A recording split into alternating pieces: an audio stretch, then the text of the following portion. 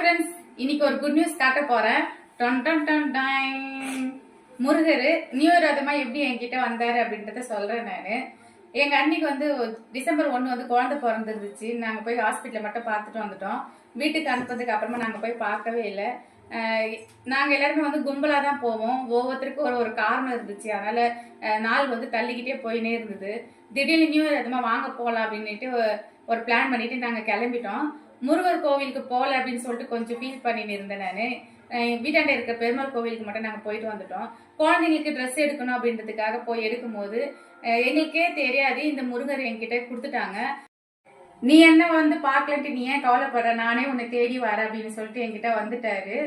இது வந்து கேலண்டரா பாக்குறவங்களுக்கு மட்டும்தான் தெரியுது கேலண்டர்னு. ஆனா இவர் முருகரா பாக்குறவங்களுக்கு மட்டும்தான் தெரியுது முருகர்னு. நம்மளோட நம்பிக்கை தான் நம்மளுக்கு முக்கியமான ஒரு விஷயம்.